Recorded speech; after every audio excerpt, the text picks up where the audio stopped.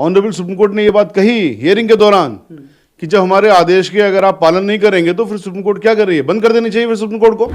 जो हमारे कानून आई मीन टू से ऑनरेबल कोर्ट्स हैं, ऑनरेबल जजेस हैं, एडवोकेट्स हैं, हमें सबके ऊपर पूरा भरोसा है कि इंशाल्लाह इनके खिलाफ एक्शन। जो मेयर साहब हैं वो ये कह सकते हैं कि साहब मैंने इस ऑर्डर को प्राप्त करने के बावजूद भी ये चाहा कि ऑनरेबल सुप्रीम कोर्ट के जैसा खुद मुझे ऑर्डर देने आए। एमसीडी दरअसल बीमार है सांप्रदायिकता से, वो सांप्रदायिकता की पॉलिटिक्स पे चल रहे हैं जो कि बहुत घातक है हमारे देश के लिए।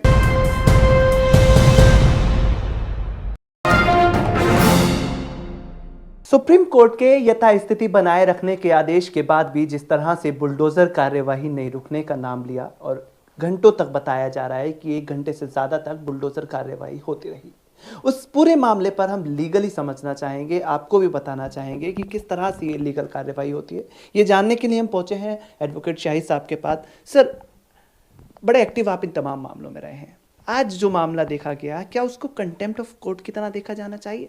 क्योंकि और सुप्रीम कोर्ट का आदेश ही यथास्थिति बनाए रखी जानी चाहिए, यानी जो स्थिति थी वो बनाई रहे, आगे किसी भी तरह का बदलाव नहीं चाहिए, लेकिन 1 घंटे तक बदलाव करने की कोशिश होती रही। क्या कहेंगे?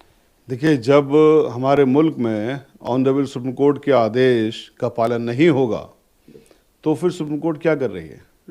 सुप्रीम कोर्ट को फिर बंद कर देना चाहिए। अभी परसों ही ऑनरेबल सुप्रीम कोर्ट ने एक दूसरे मैटर में यही कहा।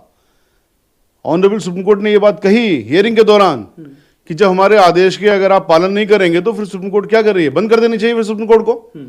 इससे तल्ख टिप्पणी और सुप्रीम कोर्ट की क्या होगी? सुप्रीम कोर्ट या कोई भी और दूसरी कोर्ट, जुडिशरी एक मेन स्तंभ है, 3 ही स्तंभ है हिंदुस्तान को जो चला रहे हैं, जिसमें जुडिशरी के ऊपर सबसे ज्यादा जिम्मेदारी आयद हो जाती है। जुडिशरी जब तक इंसाफ कर रही है, जब तक लोगों का विश्वास देश के ऊपर भी है, देश के संविधान पर भी है, देश के कानून पर भी है। अगर सुप्रीम कोर्ट या दूसरी कोर्ट्स अपनी जिम्मेदारी से हट गई जरा सी भी, तो फिर अनार्की मच जाएगी। जब लोग एक दूसरे पर यकीन नहीं करेंगे, भाई आज की डेट में आदमी कहीं परेशान होता है, कुछ होता है तो ठीक है भाई मैं तुम्हें कोर्ट में देखूंगा, कहीं पे गुंडे उसे परेशान कर रहे हैं, कहता मैं कोर्ट में देखूंगा, कहीं पे कोई जुल्म हुआ वो जाता कोर्ट में जाता है, इस उम्मीद के साथ जाता मुझे इंसाफ मिलेगा। तो अगर सुप्रीम कोर्ट के ऑर्डर को भी आप नहीं मानोगे, छोटी मोटी कोर्ट की तो आप बात छोड़ दीजिए, मैं यहां पर जिम्मेदारी के साथ ये कह रहा हूं कि इवन के जो ऑर्डर अगर कोई मजिस्ट्रेट साहब का भी पास है, यानी जो हायरार्की में सबसे निचले स्तर पर आ जाते हैं जुडिशरी में, उनके ऑर्डर की भी इतनी ही वैल्यू है, वैल्यू कम नहीं है, कंटेम्प्ट वहां भी लगती है। और आप सुप्रीम कोर्ट के ऑर्डर की, जो पूरे हिंदुस्तान की जुडिशरी के एक तरह से मालिक हैं, आप नहीं उसको मान रहे हो, 1 घंटे तक नहीं मान रहे हो, आप ये बताना चाह रहे हो कि एक मेयर या एक प्रशासन या एक होम मिनिस्टर या मैं कहूं प्राइम मिनिस्टर साहब भी क्या सुप्रीम कोर्ट से ऊपर हो गए? बिल्कुल भी नहीं, किसी भी हालत में नहीं। बेसिकली उन्होंने सीधे सीधा कंटेम्प्ट किया है और इस कंटेम्प्ट में हमें उम्मीद यह है कि सुप्रीम कोर्ट इसमें जरूर एक्शन लेगी। दुष्यंत दवे साहब ने इसको मेंशन किया कि साहब, और उनके अल्फाज में बता रहा हूं कि हमें बड़ा दुख है कि आपके ऑर्डर को नहीं मान रहे, यहां पर दिल्ली में ही नहीं मान रहे, इससे बड़ी और क्या विडंबना होगी। तो फिर ऑनरेबल सुप्रीम कोर्ट ने यह कहा कि आप उनके फौरन नंबर दीजिए मेयर का, और यहां से ऑर्डर अपने सेक्रेटरी को कहा, जो मेयर साहब मांग रहे थे कि साहब हमें वहां से ऑर्डर नहीं आया, कि उनको अभी भेजिए। तो अभी तो ऑर्डर को वहां भेजा गया है इंप्लीमेंट करवाने के लिए, लेकिन आदेश की अवहेलना हुई है। आप यकीन रखिए, जिन लोगों ने अवहेलना की है उनके खिलाफ इंशाल्लाह कंटेम्प्ट कोर्ट का एक्शन होगा, और जो लोग इसके पीछे हैं, जो लोग एक्शन करवा रहे हैं इस तरह का इलीगल या सांप्रदायिकता से पूरी तरह से भरा हुआ, उनके खिलाफ भी एक्शन होंगे। हमें ऐसी पूरी उम्मीद है। अपने कानून पर भरोसा है, अपने संविधान पर भरोसा है। हमारे कानून के जो चलाने वाले हैं, जो हमारे कानून आई मीन टू से ऑनरेबल कोर्ट्स हैं, ऑनरेबल जजेस हैं, एडवोकेट्स हैं, हमें सबके ऊपर पूरा भरोसा है कि इंशाल्लाह इनके खिलाफ एक्शन होगा। ये प्रोसेस क्या होती है? किसी भी ऑर्डर को जब कोर्ट में पास किया जाता है तो क्या किसी गवर्नमेंट ऑफिसर्स के जरिए फिजिकली उस ऑर्डर को पहुंचाए जाने की जरूरत होती है, या फिर जैसे फौरन के फौरन ब्रेकिंग न्यूज चैनल्स में चल जाती हैं, आजकल सोशल मीडिया के जरिए भी उस तरह के ऑर्डर जो हैं वो वायरल कर दिए जाते हैं। तो क्या ये प्रोसेस जरूरी होती है कि किसी गवर्नमेंट ऑफिसर्स के जरिए उस आदेश को उस जगह पर पहुंचाया जाए? क्योंकि ये कहा गया है कि जब तक हमें आदेश नहीं मिला था तब तक हम कर रहे थे, आदेश मिला तो हम लोग रुक गए। देखिए, आपने जो बात कही है उसमें 2 चीज़ें हैं जी। कि अगर कोई नॉर्मल सर्कमस्टेंसेस हैं तो वहाँ पर आदेश की प्राप्ति होनी ज़रूरी होती है, लेकिन कई मर्तबा कोर्ट ये कहती है जो वहाँ पर पेश हो रहे हैं वकील साहब सरकार की तरफ से कि हमने आपसे कह दिया, अब आपकी जिम्मेदारी है, उन्हें वहाँ फौरन कम्युनिकेट करिए। वहाँ पर आदेश की ज़रूरत नहीं होती है, वहाँ पर ओरल जो ऑर्डर होता है, ये ओरल जो डायरेक्शंस होती हैं वो आदेश ही तो हैं। ज़रूरी थोड़ी नहीं कि आदेश लिखित में ही जाए।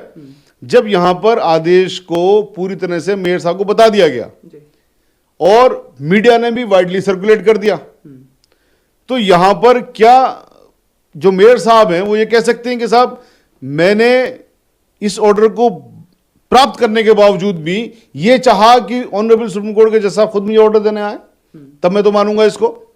अगर आपको शक था कि ऑर्डर पास नहीं हुआ है, आपके वकील साहब भी झूठ बोल रहे हैं, यानी कि सरकार के वकील भी झूठ बोल रहे हैं, मीडिया भी झूठ बोल रही है, तो आप एक फोन करके पता करवा लेते। वो तो आपने नहीं किया। तो ये दरअसल एक बहाने होते हैं कि साहब हमारे हाथ में ऑर्डर नहीं मिला। ये बहाने होते हैं खासतौर से जबकि सरकार की तरफ से वहाँ वकील साहब पेश हो गए, ऑनरेबल कोर्ट ने ऑर्डर पास कर दिया, तो ये उन वकील साहब का फर्ज होता है सरकार को कम्युनिकेट करें, और सरकार का फर्ज होता है उस कम्युनिकेशन को फौरन वो पूरी तरह से माने। अगर वो नहीं मान रहे हैं तो ये हकीकत में कंटेम्प्ट ऑफ कोर्ट का केस है। एमसीडी ने जो दलील दी है शाहिद साहब इस पूरे मामले पर, वो दलील ये है कि ये कोई कार्यवाही जो है वो इलीगल प्रॉपर्टी पर कार्यवाही है। एमसीडी दरअसल बीमार है सांप्रदायिकता से, वो सांप्रदायिकता की पॉलिटिक्स पे चल रहे हैं जो कि बहुत घातक है हमारे देश के लिए। अभी 4 दिन पहले ऑनरेबल सुप्रीम कोर्ट के चीफ जस्टिस साहब ने ये बात लिखी अमृतसर में म्यूजियम के बाहर कि हमें इस नफरत की पॉलिटिक्स को ख़त्म करना होगा, बांटने की राजनीति को ख़त्म करना होगा, डिवाइड एंड रूल की राजनीति को हमें ख़त्म करना होगा। वो अंग्रेज़ों की राजनीति थी। अफसोस की बात यह है कि अंग्रेज़ों की उसी पॉलिटिक्स को ये लोग चला रहे हैं। तो बेसिकली ऑनरेबल चीफ जस्टिस साहब की कमेंट अगर आप हकीकत में देखो, आज के मायने में देखो, तो इसी गवर्नमेंट के खिलाफ है, इसकी इस पॉलिटिक्स के खिलाफ है, गवर्नमेंट के खिलाफ नहीं, इस पॉलिटिक्स के खिलाफ है।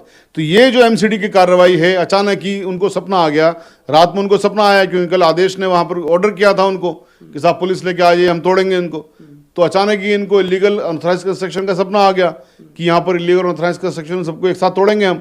भाई कोर्ट के या एमसीडी में भी एक प्रोसीजर है, आप नोटिस देंगी, एमसीडी नोटिस देंगी जिसके खिलाफ भी आप कार्रवाई करने जा रहे हो। दिन पहले नोटिस दिया जाना, नोटिस कम से कम 15 दिन पहले दिया जाना चाहिए, जो मतलब लॉजिकल पीरियड है कि आप नोटिस दें उनको, नोटिस देने के बाद उनका जवाब लें, उसके बाद आप ऑर्डर पास करें, ऑर्डर पास करने के बाद में आप उसकी तामील के लिए जाएं। देखिए हमने बहुत बार देखा है कि एमसीडी या डीडीए प्रोटेक्शन मांगती है पुलिस से, और वो भी लेटर कई दिन पहले आता है, और उसमें पुलिस ऐसा नहीं है कि हमेशा पहली बार में प्रोटेक्शन भी दे देती है। यहाँ पर तो आप एक साथ 15, 20, 30, 40, 50 प्रॉपर्टी को डेमोलिशन करने की प्रोटेक्शन दे रहे हो। तो ये अपने आप में, और फिर वहाँ पर राइट्स हो रहे हैं, वो राइट्स किसने करवाए हैं अभी जांच का विषय है, उस पर जांच चल रही है। क्योंकि जो अंसार अहमद है, आप पार्टी कह रही है, वो बीजेपी का आदमी है, बीजेपी कह रही है वो आपका आदमी है, ठीक है। वहाँ पर खुद झंडे मस्जिद के अंदर पाए गए हैं, पत्थर मस्जिद के अंदर पाए गए हैं, तो ये जांच का विषय। और दूसरी बात जो तमाम मीडिया ने दिखाया कि वहाँ पर shotgun their brandishing while in जुलूस, जो जुलूस चल रहा था, शॉर्ट गन थी उनके हाथ में, पिस्टल उनके हाथ में थी, लहरा रही सारी चीज़ें। तो बेसिकली ये भारतीय जनता पार्टी ने दंगे करवाए या आप पार्टी ने करवाए या किसी और ने करवाए, ये भी जांच का विषय है। तो आपने जब ये जांच चल रही है उस वक्त आपने ऑर्डर मान लिया, ऑर्डर कर दिया आपने पास, आपने मान लिया कि नहीं ये मुसलमानों ने किया है, आपने उनके घर तोड़वाने शुरू कर दिए। इससे ज़्यादा घातक बात देश के लिए नहीं हो सकती। अफसोस की बात यह है, अफसोस की बात यह है कि ऐसे लोगों के हाथ में सत्ता है जो देश को भी कुछ नहीं समझते, देश के जुडिशियल सिस्टम को कुछ नहीं समझते, देश की किसी और इंस्टीट्यूशन को कुछ नहीं समझते। उन्होंने तमाम इंस्टीट्यूशन को तो बेकार कर दिया है, और वो जुडिशरी को भी बेकार करने की कोशिश में है, जो कि हमें उम्मीद ये है कि जुडिशरी चूँकि कॉन्स्टिट्यूशन के अंदर पूरी तरह से उसको ताकतें मिली हुई हैं, वो उनसे बेकार नहीं हो पाएगी, उनके गाँव में नहीं हो पाएगी। इसी पर आखिरी सवाल मेरा आपसे करना चाहूँगा कि जिस तरह की हम लगातार पूरे देश में हालात देख रहे हैं, बुलडोजर कार्रवाई लगातार दिख रही है, आपने कहा जुडिशरी को ख़त्म करने की कोशिश है, तो क्या ये मान लें कि इस कोशिश में कामयाब होते हुए दिख रहे हैं वो लोग, क्योंकि लगातार एक के बाद एक राज्यों में ऐसे ऐसे लोगों के घर गिरा दिए गए हैं जो हाथ से माजूर हैं, जिनको दोनों हाथ नहीं है, ऐसे लोगों के घर गिरा दिए गए जो एक महीने पहले से जो है जेल में है, लेकिन बताया गया कि दंगे की रैली में या भीड़ में शामिल थे। तो यहाँ शक पैदा होता है कि क्या जुडिशरी को कमजोर करने की कोशिश नहीं बल्कि जुडिशरी को कमजोर कर दिया गया है। आपकी बात जो पहले वाली है कि जिनके हाथ नहीं है उनके घर तोड़ दिए, ये कहते हुए कि साहब वो दंगे में थे और अभी तक कोई एक्शन नहीं हुआ है, वो बात आपकी ठीक है। लेकिन ये बात कहना कि साहब जुडिशरी को उन्होंने काबू में कर लिया है पूरी तरह से, मैं इस बात पे अभी आपकी नहीं मानूंगा मैं, क्योंकि हम जुडिशरी में हैं। आई मीन टू से हम वकालत करते हैं, हम रात दिन कोर्ट्स का कार्रवाइयाँ देखते हैं, करते हैं। हमें पता है कि आज की डेट में देश जो चल रहा है वो जुडिशरी के ज़रिए ही चल भी रहा है।